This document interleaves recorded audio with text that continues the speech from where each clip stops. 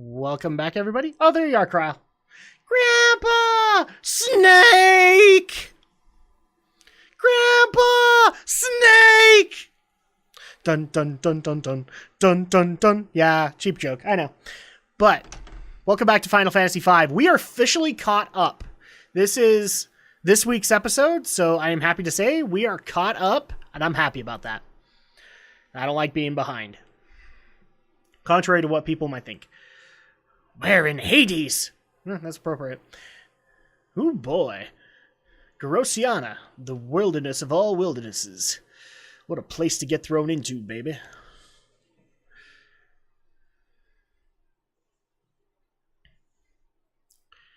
Galif, I'm sorry. If it weren't for us...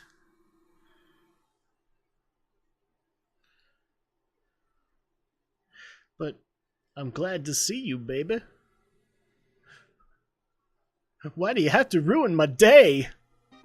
Alright, welcome back to Final Fantasy V, everybody. So now we are on the continent, I guess, of Garosiana, is what Galif calls it. And I guess we're walking, because we need to find the nearest town anyway.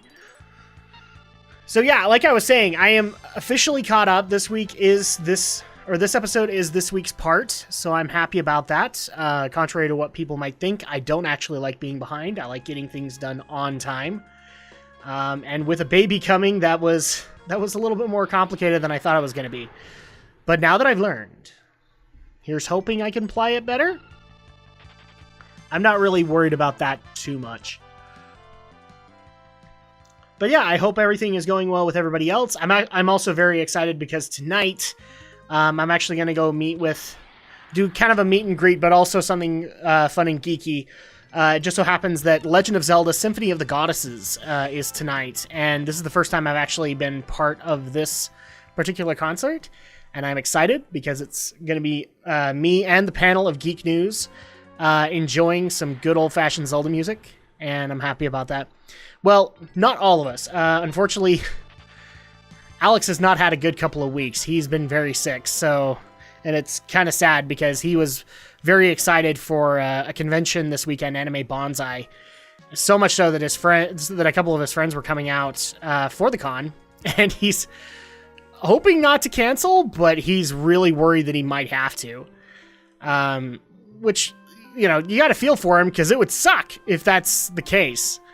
He had friends he has online friends that came all the way out for Anime Bonsai, and now he's not going to be able to see them. But I'm sure things will work out. But we have told him don't come tonight because we wanted him to get better before the weekend. And it looks like Galif just wandered off. But it's okay because Bartz is awake too. Oh my gosh, where is Galif? I guess we're walking out too. I guess we all need some fresh air. Hey, where's Galif? Well, there's only one foreseeable place he could have gone at this time of night, and that is the pub. Ah, here we go. Bartz has figured it out. And there he is! Now this is more like it. That Rugal whiskey kind of cuts the path right down your throat, baby. What's up? Can't sleep. Have a seat and tell me all about it. Galif, I'm sorry. If it weren't for us, you could have gotten into the castle and ended this and killed Exdeath. Even if I did get in, the barrier would have gotten me. I had no idea they finished it. In fact, if it weren't for you all, I'd have been... Galif. But why'd you come here when you knew you could never return? Baby? No reason, really. Yeah, you missed Galif. Anyhow, Bartz... knock it off, Galif.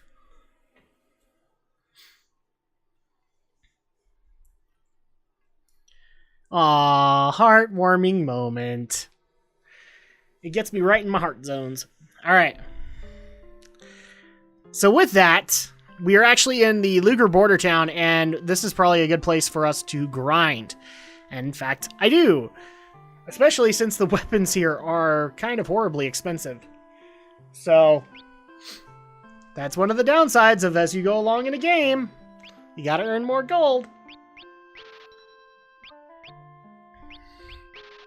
But yes, I am excited for tonight because I'm a big Zelda fan, and I've wanted to go to a Symphony of the Goddesses concert for a while now, and one just hadn't been local. So, thankfully tonight we are going to be able to go, have some fun, enjoy some Zelda music, and hopefully meet some of you. That's the hope anyway. And I guess while we're working on this, I really only have one other game update to give to people. If people remember, a couple parts ago I said that I had picked up, just on a whim, God of War Chains of Olympus. So I decided to pick up the God of War handheld games because a lot of people told me, well, if you play the console games, you know, this is one of those few series that the handheld games are also superior.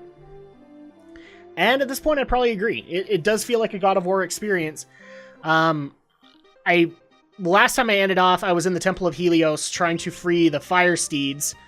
And when I came back, that's what I was doing. I've done that. I've ended up in the obligatory section of Hades in every God of War game, it seems like. I'm actually trying to think, did I end up in Hades in Ascension? I think I did. If not, something close. So I did that. I also got to fight Charon, or Charon in this case, the Ferryman of the Dead, and he was an interesting boss fight, but I also got to go down to the Pits of Tartarus and find out that Atlas has mysteriously freed himself. Oh no! And I'm actually kind of wondering if this is, because I think Chains of Olympus was in between God of War 1 and 2. I would almost wonder, excuse me, if this is supposed to be kind of bridging that gap and allowing for us to understand why Atlas was in God of War 2. I don't know. Oh, really quick factoid. So people might have noticed I skipped that castle that we just barely passed. There is really nothing we can do at that castle at this present time. And in fact, if we went in there, we'd probably get annihilated. Because it's got some fairly high-level monsters in there. But we'll come back to that castle. Don't worry about that. So, with that, let's get back into God of War. I actually am wondering if that's why we had that mysterious appearance in God of War 2 from Atlas. And I'm wondering if this game was kind of the setup for it. So, I'm excited. I think I'm all the way near to the end, because I've just barely come back to the Temple of Persephone, the wife of Hades, to a haunting vision of Kratos' dead daughter. At least I'm assuming haunting. I don't know if it's the actual daughter, but... Oh, and what's this? Ooh, sidetrack. Ooh, that looks familiar. So this is actually the first game that introduced the staple, the second staple of Final Fantasy games, a Moogle. What's a Moogle doing here? A Moogle? They're odd little creatures that live in the woods, baby. Usually scared of everything and almost never show their hides. So yes, these guys are another trademark that happened from this game on. Let's help it. Of course. If there was ever like a trademark aside from the Chocobo that would signify the Final Fantasy series, it would be Moogles. Because I have actually heard this said they are pretty much the Japanese Mickey Mouse in a way. I kind of agree to that, but I don't really. They probably do have as much notoriety at that point with gamers anyway. And they are cute little buggers. So yeah, this is the game that actually introduced the Moogles into the Final Fantasy legacy. And kind of establish the usual tropes with them. They are very secretive, very scared of beings other than themselves. And you usually, in these games, have to befriend them in some way or another. There are a couple of games where that isn't the case, and Moogles don't show up in every game. There are a couple of games that didn't have them. I think the more recent example would make you cringe, as I think I've talked about it with... Final Fantasy 13-2, how they brought in a Moogle companion for them, for Crap, I can't remember her name. Lightning's sister. It'll come to me later, and that's going to be the part that pisses me off. Snow's wife. I can't remember. Oh, well. But yeah, she had a little Google. Yep. A little Moogle companion. I think I've actually seen a Google that actually did have Moogles on it. Yeah, a little Moogle companion that annoyed the crap out of everybody. And I'm not gonna lie, he annoyed me just as much as he annoyed everybody else. Well, I don't know if it actually had a gender. But yeah, this is the game that coined Moogles. And it's funny because the next game is really what made them iconic. So when we get there, you'll see why. But yeah, there you go. Introduction to Moogles. I wish there was more I could say about God of War Chains of Olympus, but I actually do think I'm really close to the end. Right now, like I said, I was in the Temple of Persephone following, presumably, the soul of Kratos' dead daughter, and I don't know where we're following her to, but I have a feeling we're getting close to the end, because things are getting harder, the puzzles are getting more complex, so...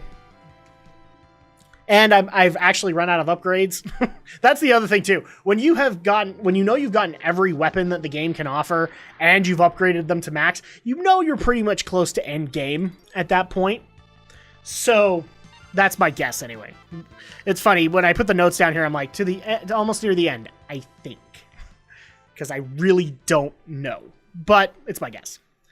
And I'm liking it. I actually do think that people are correct. This is one of those few cases where the handheld games have held true, despite the stigma usually that the handheld games aren't held to the same level of polish.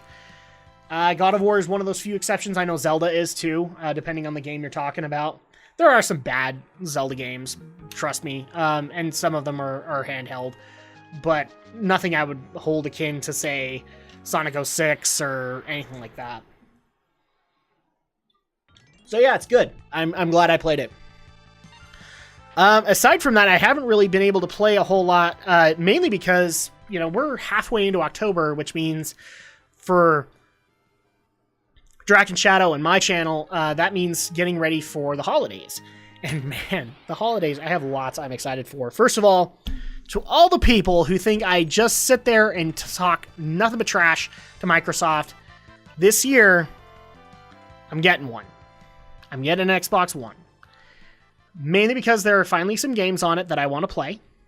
I do want to try out the new 360 or the new One Elite with a built-in solid-state drive to make loading times faster and all that. And then I'm also excited for a couple of the games that are coming out. First of all, Rise of the Tomb Raider in November. I'm a little pissed off that I could not play that on PS4, but I would have to wait a year, and frankly, I don't want to, and neither does Andrea. So we're looking forward to, I think it's November 10th when that's coming out. So we're excited about that. The other thing I'm excited for, which really kind of frustrates me on November 10th, is StarCraft 2 Legacy of the Void. I have been waiting since 2007 for the end of this game for this game to come out, and specifically the Protoss campaign. And I'm excited, but I'm also like, darn it!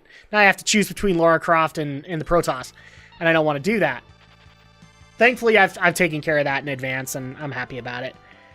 There are a couple of other games that I'm totally excited for near the end of this year. Obviously, one of the ones that I haven't gotten, but I think we're going to keep it until the end of the year, is Super Mario Maker. I would love to get my hands on it. Am I going to be like a level creator? Probably not, but I have no problem playing other people's levels. The customizing is not really my thing, but I have no problem playing other people's stuff. I did a little bit of it on Little Big Planet, and I haven't really played Minecraft, but... Oh, and look, there's a Moogle. Segway. Oh, that poor little Moogle. It's getting assaulted by a skeleton. Well, let's fix this. And a Skeletyrannosaurus, apparently. It's Jurassic World all over again. But yeah, there's tons of holiday games I'm looking forward to, not to mention the fact that there are a couple of games that I've wanted to get my hands on for Xbox One that now I will be able to do so. For example, Killer Instinct. I've really wanted to play this, and with Season 3 now coming out, I'm excited. Sunset Overdrive is another game that has caught my eye, that is, aptly enough, from Insomniac Games, and I feel bad about not liking Spyro, but there's still a lot of other Insomniac franchises that I want to try, Sunset Overdrive being one of them. I'm also excited for Scalebound from Platinum Games, and I don't think that's coming out this year, but I'm excited for it nonetheless. I really want to play it, because Dragons plus Devil May Cry engine, I just don't see how that can go wrong. Aside from my party just getting its butt handed to it, but yeah. I'm excited for that. Let's see, other Xbox One games I'm interested in. There are a few that Andrea is also interested in, so we needed to get one. Obviously, Rise of the Tomb Raider I'm excited for. I want to be able to play it. And in turn, maybe we'll even play it do something resembling a live stream. I don't know if we'll be able to pull off a live stream, but we'll do something along those lines and maybe like give you 2 hours of gameplay and let you decide whether or not it's a game you want to own. But yeah, those are the games that right off the top of my head are coming up. I have been told numerous times to give Halo another chance and to give Gears of War a chance, and I don't know if I will. Gears of War 4 looked interesting, but I'd want to play the other games before I got into it. And with Halo, I just don't know. I'm not against the franchise, but FPSs aren't my thing. And now people might have noticed I just cheated. I'm sorry, I'm segueing. This is actually a staple of the Final Fantasy games, is that undead creatures can actually be killed if you cure them. So I noticed that the battle was not going in my favor. Just decided to Phoenix down it and kill it. I technically could have made it easier, but I tried to be hardcore. You poor thing, you're scared, aren't you? It's alright, come here. You'll be alright.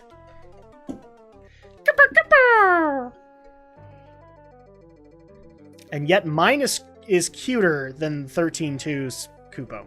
Jeez. Koopa, Koopa, Koopa! Oh, that was annoying.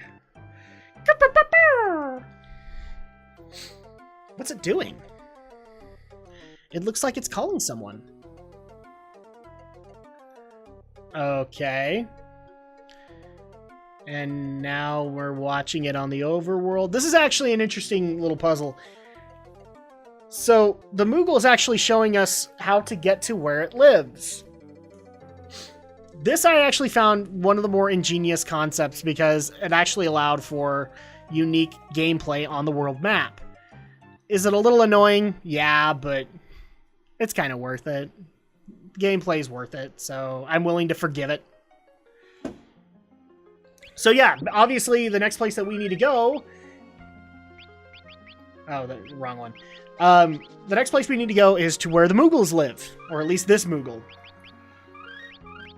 Yes, I kind of spoiled it. It is Moogle Village.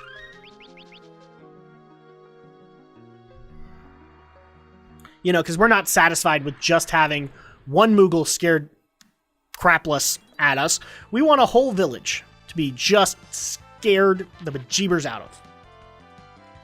So we're going to go ahead and do it. Other games that I'm excited for this year, crap. A lot of them are not coming to mind, but obviously we will have all three consoles at that point, so we can make some decisions there. I'm also excited because I just barely saw the announcement of October 27th being the Overwatch beta announcement. Again, Blizzard, I will cover this game if you let me in. I'm not an FPS fan, which means I can walk into this game unbiased. And I'm excited. Why? Is it just because I'm a Blizzard fanboy to those who actually asked that question? No. It's because it's an FPS that actually looks like it's fun. Do you know how much fun Call of Duty has been for me in the last few years? None. 2-hour-long campaigns and 80% of it built towards the multiplayer, that's not fun for me. But Overwatch actually has story to it. And Blizzard, so you know they'll flesh it out. Am I expecting a story mode in Overwatch? No, they've already said they won't have a story mode.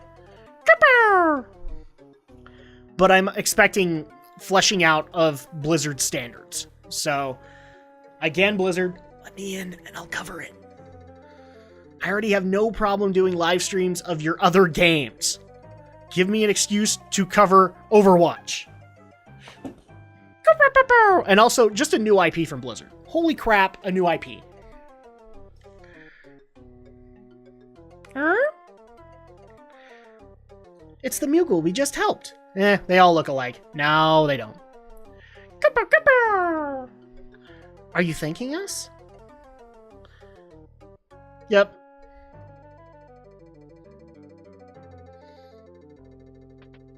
And I guess we're going into the Moogle's house. Ooh, treasures galore. I think it's telling us we can take what's in here. You, my friend, are my new friend. Alright, Ether, Phoenix down. 10,000 gold pieces, that's awesome. 1 gold piece, you know that was somebody's life savings. Dancing Dirk and Cottage. I love it when you get a 1 gold piece chest, just because you know it was somebody's life savings. Yeah, he's just telling us again. So now we can actually look around the village of Moogles. And they don't really care about us, per se, and all they say is Kupo. But now we can actually do this. It's a Moogle costume. Try it on? Of course. Now the Moogles won't be afraid of us. Because we look just like them.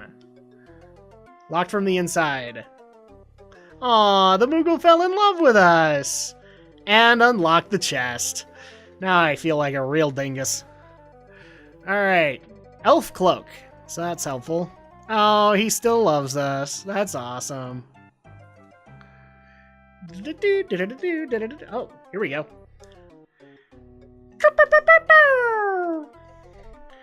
What the devil are you doing, baby?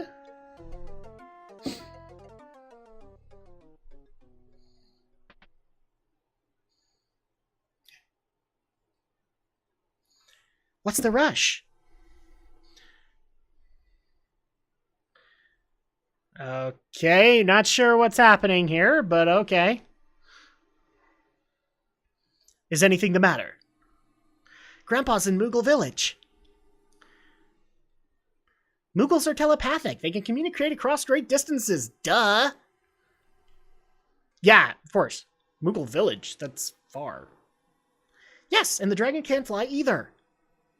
My gosh. I have a feeling that's going to be Kryl in this one. My gosh. Aww. Thank you. It can fly once more. Are you sure it's all right?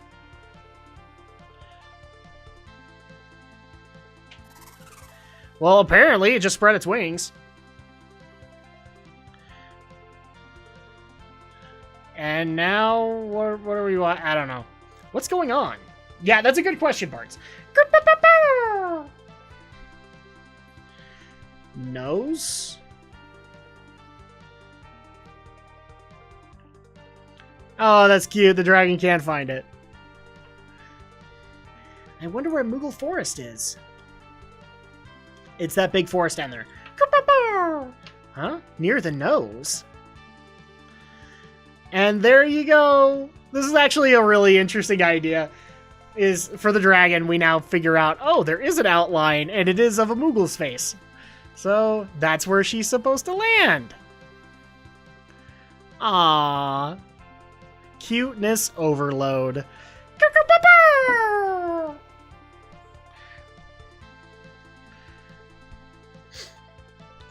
Kryl, baby. Okay, I can't say baby to you. Grandpa! But how did you know? The Moogle told us, duh.